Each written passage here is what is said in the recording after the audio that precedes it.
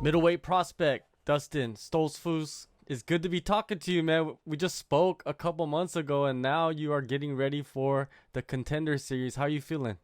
Good, good. You were asking me how things are looking up for me, and after a lot of different options on the table and a lot of different things that we were looking at, maybe doing, maybe not, we ended up with the spot in the Contender series. So that's pretty cool.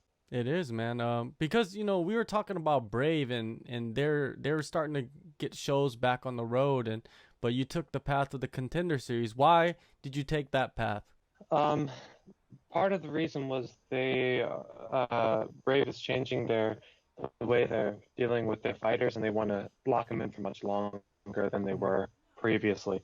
So after the COVID thing, they wanted to um, instead of keeping my old contract and keep going with that, they wanted me to sign a new one for 3 years, and I just really wasn't into that. So we decided to try our luck somewhere else, and about a week after we made that decision, we got this offer, so worked out pretty well. Nice, nice, man. We spoke in mid-May, and you were very limited in your training. When did things start to open back up in Germany?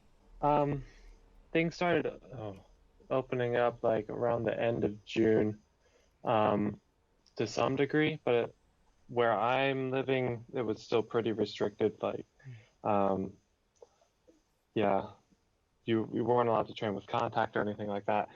But then I went and helped my buddy Peter Sabota for his UFC fight, and so I was able to get a lot of good training in there, um, and a little earlier than a lot of other people were able to do here.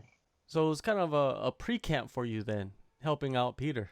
Yeah, well, I did have a fight lined up for Brave at the time, so it was really, really good timing for both of us. Um, and then, as I said, the complications with contracts and other things got in the way, and then we decided to drop it. But yeah, uh, yeah, I was in good shape when I got the news, so that made things a lot easier. So when you did get the news of this fight on August 11th, how did you start structuring your camp? You know what I mean? Because then you have to really get into, focusing on your opponent and the date and everything. Well, I actually found out pretty recently. I think like 2 weeks ago. Mhm. Um, so I haven't had a whole lot of time to prepare. I just finished the camp uh, at for Peter, and then I came back. Then it was all confirmed, and then um, I took about 1 week where I didn't do too much because I was recovering from a long camp, and then this week I am really putting the pedal to the metal, um, pushing myself, and then the last week is just relaxing again. So not really a whole lot of time to uh, focus on one person, but my I've covered my bases pretty well, so I should be fine there. You got Joe Pyfer. He's your upcoming opponent. Another Pennsylvania guy. It's kind of odd, right? Like Yeah, that you're yeah, fighting another guy from Pennsylvania, but you're all the way in Germany, and you guys gonna fly to Vegas yeah. to get in a fist fight. And not Have you heard of? Did you know him before you found out that you were going to fight him? No, I don't really know too much about the regional circuit back home. Um, I do train with some guys in Lancaster who do know him, but I don't know him personally. I didn't know of him until we got the fight lined up. You learn about him. You watch some videos of him, most likely. What are your thoughts on him and his attributes? Um, he's a young guy, a little rough around the edges, but an imposing guy. Um, Quite the athlete. Definitely hits hard. Um, but I think I've got a lot more experience and a lot more weapons. So he better hope that he puts me away soon, because otherwise I think it'll be a really nasty night for him. What do you think separates you more from Piper? Like what makes you excel better than he does? Um, I would say probably technique. I've I really focus a lot on the technical side of things, whether that's on the ground or in standing or standing up. I I really, really enjoy learning new things and being crisp and clean with my techniques. And he's, as I said, he's a little bit younger. I think he's been training longer than I have, though, but uh, he still seems a little bit rough around the edges, explosive, and as I said, a great athlete. The things that he can do very well. He can hit hard, and he can wrestle pretty well. But I think in a sport that is as complicated and as multifaceted as MMA, I think there you'll see that my uh, diverse attack and my broad spectrum of skills are going to really shine. You're one of the rare guys that are flying in from abroad to fight on the Contender series. Has it been difficult to get everything situated with the travel? The travel's been pretty easy because I am an American citizen, so that's not too bad. And even for getting my cornermen in, um, with the waiver that the UFC is able to, I don't really understand all the details to it, but the UFC are able to get the guys in, and the ESTA visa worked pretty well. So um, I don't know. It hasn't been too hard. The hardest thing has been, as I said, I didn't have a whole lot of time to prepare for this. So getting all my paperwork in, getting all my doctor's appointments. Again, the reason I'm wearing these sunglasses, I'm not trying to look cool. My eyes just hurt. So, uh, so yeah, getting all that in while still training has been a bit of a juggling act. So that's been the hardest part. Also, the amount of things that I need to do has been a lot more than for any other organization, even compared to Brave, that I've ever done at this point. So that's been the biggest challenge. Are you flying out there a little bit earlier than normal? You know, usually you fight out there like or fly out there like a week before. Are you gonna go there a little bit earlier? I'm not sure if the other guys have already done their press stuff. I think they wanted to do that on the 26th, but they made some exceptions for me. They're letting me fly in. I'm actually flying on Saturday, so then I'll be flying in and doing the initial press stuff, and then staying the entire week there in Vegas. Whereas all the other guys go home and then come back right before the fight. I'll be in Vegas for the entire week. So it is a little bit different for me than it is for the other guys. I don't get to do the last stretch of training in my home gym. We're going to have to play it by ear a little bit and see what we're allowed to do.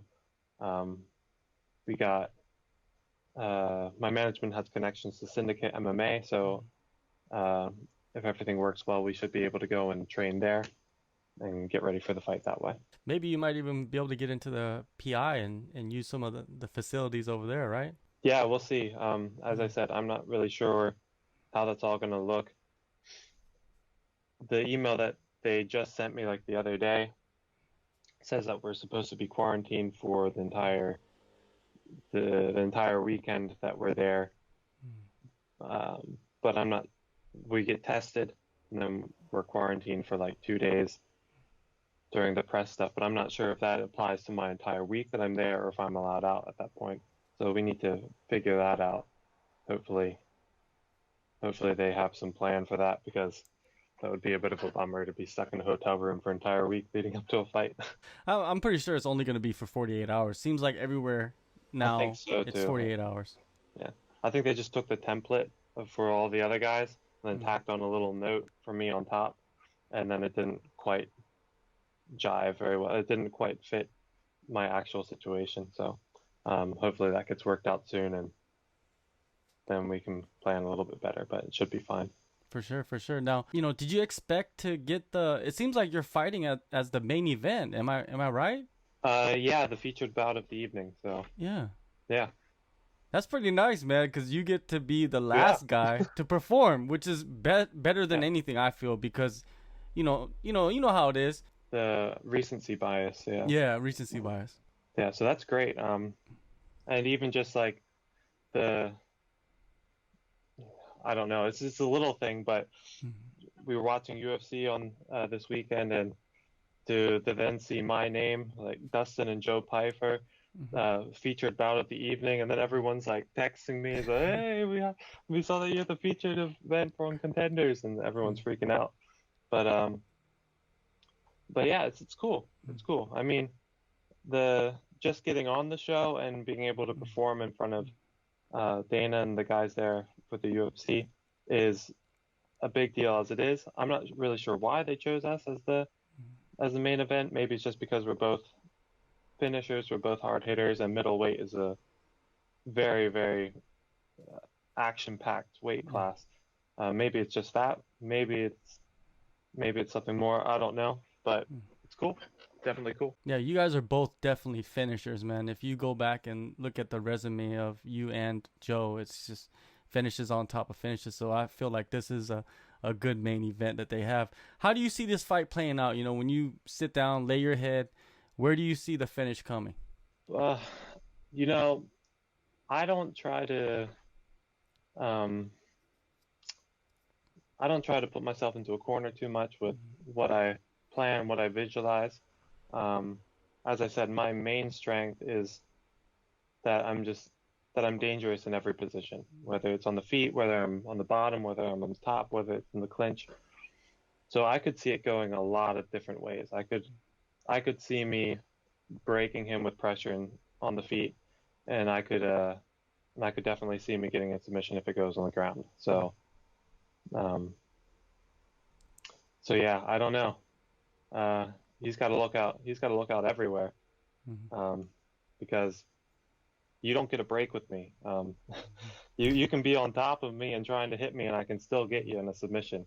Um, it's not an easy day when you're fighting me. Well, you know, if you pull off another twister, I'm pretty sure that's a contract right there. Uh, as I said, I don't focus too much on any one Yeah, thing. I just whatever whatever's there, I'll take it. yeah, It's definitely. same reason why all of my submissions have been something different, because Mm, every opponent's different, every fight's different, mm, and I just take what's there.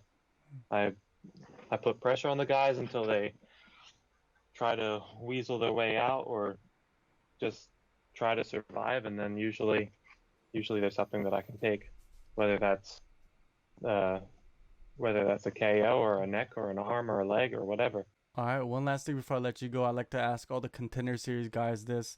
There's many different types of individuals in this sport. Usually they fall into two categories. There's the martial artist and then there's the prize fighter. Where do you think you fit? Um, Definitely the martial artist. I'm in this because I love it and I love to learn. Um, I've done pretty much every kind of martial art I could get my hands on. I started off wrestling in elementary school, and then switched over to Tang Soo Do. I did karate, capoeira, boxing, fencing, self-defense, so Jeet Kune Do kind of thing, BJJ, luta livre, um, Muay Thai, K1. I've done everything, um, and I love the the richness of unarmed combat. There's just so many different ways to approach it, and there's so many things that you can do. Um, and I just love learning new things every day. It's it's a yeah. So I just try to keep learning, and try to better myself. And yeah, the money enables me to keep doing that. So that's the way I see it. All right, man. August 11th, Contender Series, Las Vegas. Thank you so much for the time, Dustin, and good luck on the fight. Safe travels, and yeah, man. Thank you very much.